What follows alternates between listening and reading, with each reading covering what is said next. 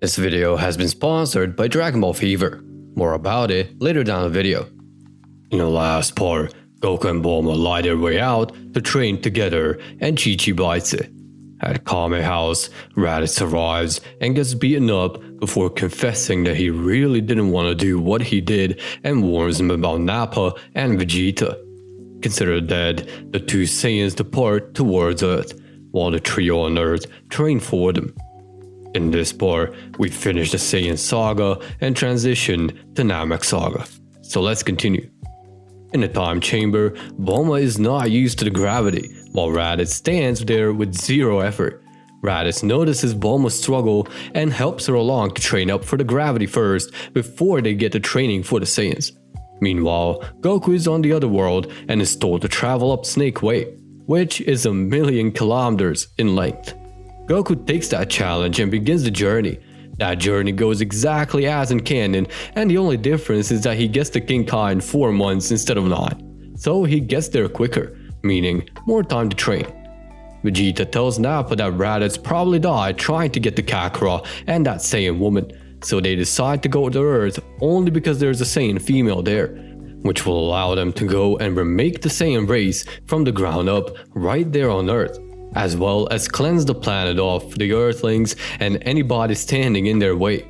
Since they realize that their girl is more powerful than Raditz, they consider her mid-class, and Vegeta doesn't mind if they use her as a breeding tool for rebirth of the Saiyan race. With all that talk done, they head towards Earth. In the meantime, Dr. Briefs is done with the Scouter and was able to reset it so that no transmissions that reveal location or ownership of a Scouter are sent out. He put the Scouter on and listens in, hearing Vegeta's and Nappa's conversation, and quickly tries getting to Bulma. However, Mr. Popo answers the call and tells them what's happening. Dr. Briefs is concerned for his daughter, but tells Mr. Popo that there are 2 people coming to Earth to rebuild the Saiyan race, unbeknownst to his knowledge on the matter. Mr. Popo sends his regards and waits for the duo to exit. In the time chamber, Bulma has gotten used to training in high gravity and is now on par with Raditz in normal base power. She brought along her weighted clothing to train in them to get stronger. Raditz asks about the clothes and Bulma explains it to him. He wants those clothes, but the most Bulma can give him are her wristbands, since nothing else would fit on a Saiyan brute. Raditz takes the wristbands while Bulma has her normal weighted shirt and boots. With that, they begin training. The entire time they're in there, they're training their strength and speed. But closer to the end, Bulma tells Raditz that they might need to train their ki control a bit more, as well as teach Raditz her power surge move so that he has a better chance fending off against Nappa and Vegeta. So they do that for the 3 months remainder in the time chamber. They exit and see that everything's still the same. Mr. Popo tells them what Dr. Briefs told him, and that confirms Raditz's suspicions. He knew they would either come for him or for the planet, but their goal is completely different from what it actually is. For the next year or so, they are keeping tabs on the 2 Saiyans' arrival, training and honing their skills. Bulma and Raditz are pretty beefed up, having gotten to quite a power-up. They went from 1600 to 7000 in that 1 year, and Goku is still on that over 9000 reading. Dr. Briefs mentions the time and place of their arrival, and they patiently wait. Goku is still late like usual, and so Bulma and Raditz have to take matters into their own hands. Gohan was still trained by Piccolo, since he also heard of them coming and took matters into his own hands to train him too, so that at least his son can correct Goku's mistake of getting him here in the first place. The rest of the Z fighters also got the word, and they also trained and prepped for the day. On the day, Raditz and Bulma are standing on top of a hill on the outskirts of a city, knowing that the coordinates point through the city, so they wait to catch them. The pods come in flying, and they are taken down as quickly as they entered. Vegeta and Nappa quickly get on their guard, and so Bulma and Raditz come out from behind the hill and lead them out to an empty land to fight, where everyone awaited. The fights go similarly as per usual, just that Raditz and Bulma fend off pretty good against Nappa, but Vegeta grabs hold of Bulma. He tells her he will not let go until she agrees to recreate the Saiyan race. Bulma resists but doesn't give in, and she uses the full power along with the power surge to get out of Vegeta's grasp and kick him away, while Raditz packs Nappa up. Nappa is thrown in front of Vegeta by Raditz, telling him he's next and will end up just like this, as they all stand right beside each other, ready for Vegeta's defense. Vegeta throws Nappa up and kills him off, then shoots a beam right towards Raditz's chest, getting him to fall down in pain. While we stop here, this video has been sponsored by Dragon Ball Fever. It's a Dragon Ball fan comic done by an upcoming artist, Norlight. It's about a girl that has been saved from the experiments of Red Ribbon Army by an unexpected individual, Goku Black, who now grows a bond with the girl. Check it out using my affiliate links down below and support the work. Now let's continue with the what if. Bulma gets to him trying to see if he will be okay, but Raditz dies before anything happens. While Goku is on his way, he realizes that his brother is dead and gets angry, telling Nimbus to go faster. Vegeta prepares for battle and aims to get to Bulma and get her on the knees so she can be used later on.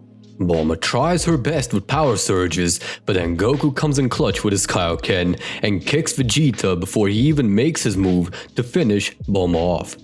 Goku arrives and is ready for battle. Goku tells Bulma and everyone to go as he will finish the job.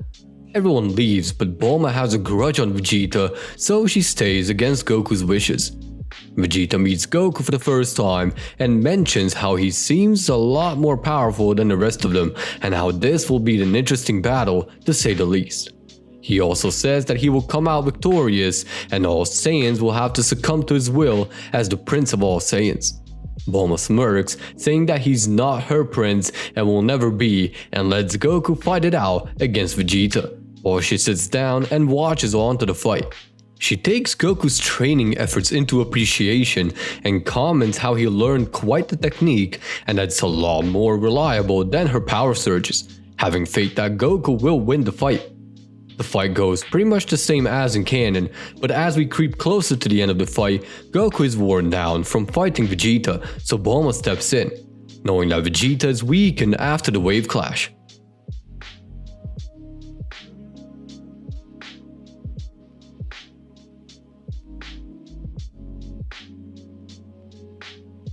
As Vegeta is prepping the fake moon, Bulma shoots it out of the way and gets in front of Vegeta, telling him the Prince of all Saiyans will be beaten up by a girl. Vegeta's pride is running low, but he still smirks and powers up to just kill Bulma off. Using her power surge, she evades and kicks Vegeta into a mountain, leaving him down on the ground. Bulma pulls a Goku here and telling Vegeta to leave and to not come back. Goku looks at Bulma knowing that she wants to fight him again someday and agrees with Bulma when Krillin comes by to rush him and Bulma stops him.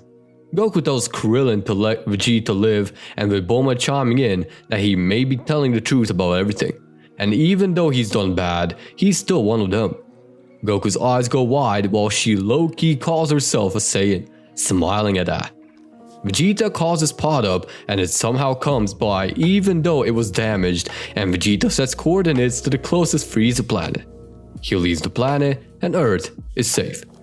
Bulma comes over to Goku, picks him up and gets him to Korin's tower. Korin says he has no senzu beans and to wait a few days, so Bulma takes him to the hospital. He gets accepted immediately due to his heavy wounds, and Bulma waits there until the doctor says that Goku and the rest are okay. But before anything, Chi-Chi comes crying after hearing what happened, but when she sees Bulma, she goes nuts and lunging at her, telling her that she lied and deceived her. Bulma just said that it was for the better because now Gohan wants to fight instead of studying. Before long, the two start pulling each other's hair and screaming at one another. While all that ruckus is going on, Mr. Popo arrives and greets everyone, wanting to discuss the Piccolo and Kami dying issue. Goku asks if he can somehow revive the Dragon Balls, but Popo says he can't, that they need an Namekian that can do that, and they are only found on Namek, along with their own set of Dragon Balls. Bulma asks how long it will take to get to Namek if her father builds a spaceship. Mr. Popo says years, which gets them kind of disappointed. However, Popo knows about Kami's old spaceship he used to evade the cataclysm on Namek at the time. They visit it and see that it's more than sustainable of reaching Namek in no time. Meanwhile, Vegeta recovers from his wounds and experiences a Zenkai boost. Kui tells Vegeta that Frieza is currently on Namek in seek of the Dragon Balls to get his wish. Vegeta thinks for a moment and then books it to Namek. We're continuing the series next time. While you wait for the next part, join the D23 Discord server with the Vanity URL down in the description.